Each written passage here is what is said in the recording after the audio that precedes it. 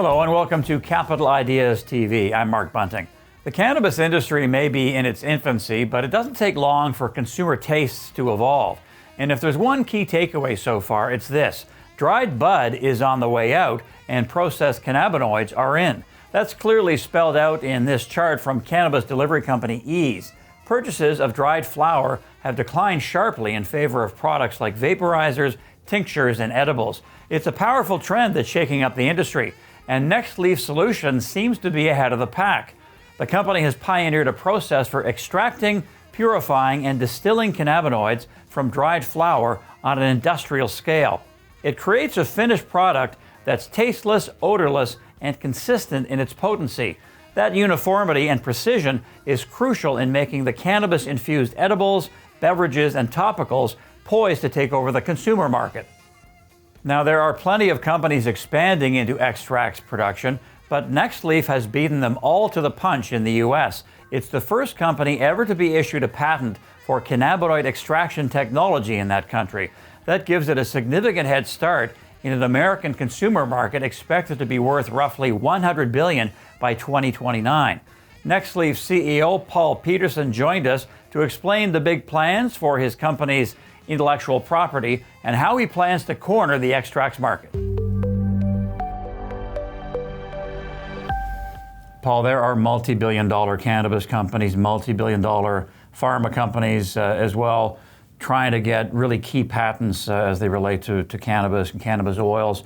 And here comes NextLeaf Solutions out of Coquitlam, BC, and you get the first in the US. So what is this patent? How'd you do it? And why is it so important?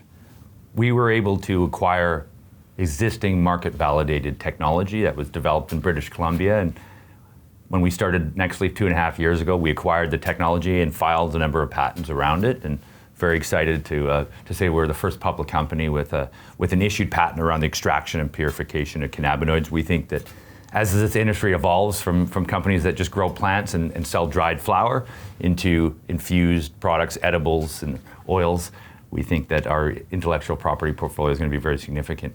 There are a lot of cannabis companies out there, as you know. They're all in sort of different areas, including extraction. So how is your process different? And I like the analogy where you say, well, you can make moonshine and you can make premium vodka. So you're at the higher end of cannabis oils. Yeah, there's a lot of companies that make crude extract, and for us, we like to say that we go beyond crude oil. So we go through not just extraction and primary extraction, we go through the refinement, filtration, and molecular distillation. And what that means is that we're able to convert plant into product, and more specifically, we're able to separate, isolate, and reformulate the cannabinoids, the THC and the CBD molecules that are in the dried cannabis. We're able to create custom formulations based on what the end producer, the end consumer wants, as far as a consistent, reliable experience.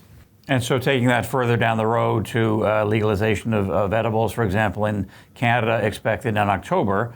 So then you're making what you say is tasteless, odorless, and that's what these future customers are going to want, and consumers as well, right? Yeah, and there's a lot of companies that make this crude extract, and the issue with crude extract is it has chlorophylls, fats, and lipids in it. All that causes issues with taste and smell when you're adding this to an edible or adding it to a beverage or a vape pen. These are products that are currently illegal today, but will be legal in October of 2019. And what we like to say is that is legalization 2.0.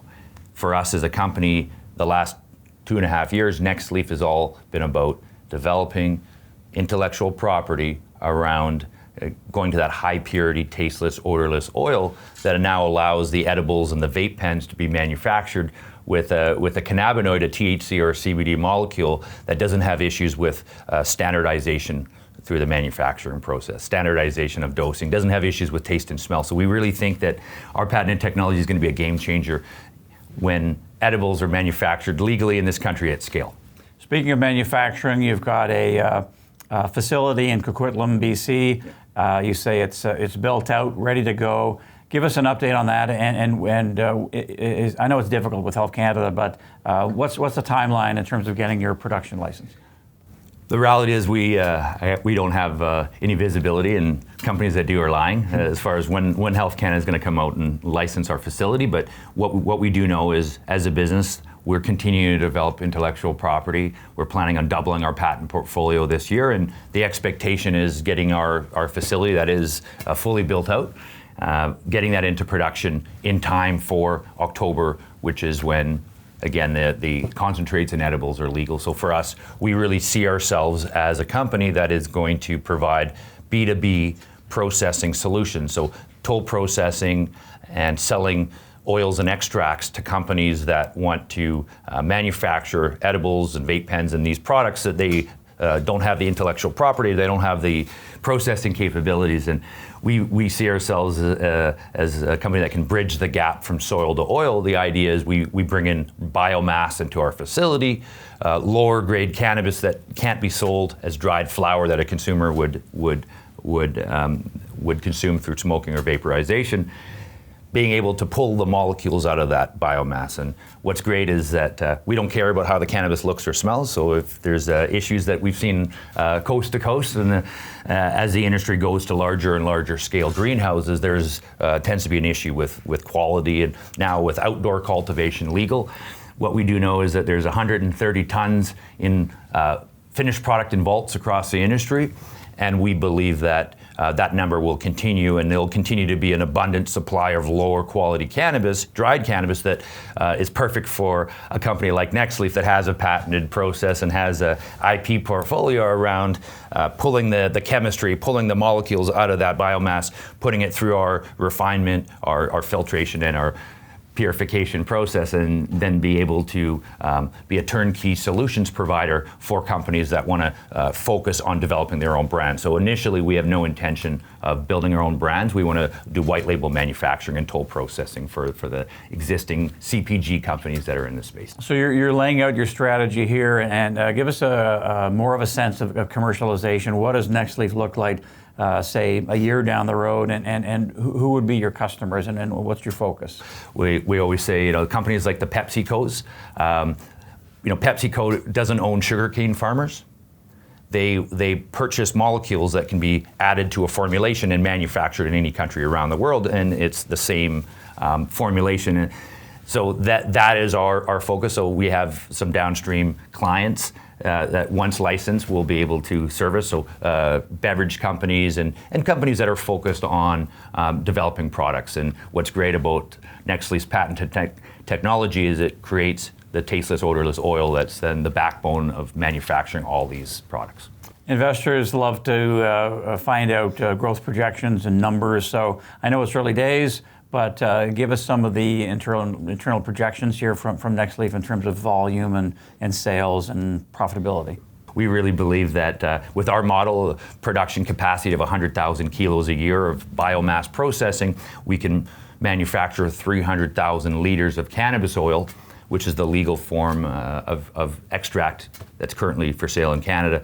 We think we can scale our business model in a very serious fashion, and we think that the ramp-up period when the company is just focused on extraction processing, the path to cash flow is a lot shorter than companies that are building large cultivation facilities. And there's a Canada's first processor that's going to be reporting revenue for their first months of operation, and we think that it will send a message to the marketplace that the path to revenue is much shorter when you're focused just on processing. And lastly, Paul, what do you say to investors who look at the cannabis landscape? They see a lot of companies out there, a lot of different stories. Why Nextleaf? First and foremost, when we look at pharma, life sciences, biotech, intellectual property matters. And this industry for the last 5 years has been about growing plants and selling dried bud.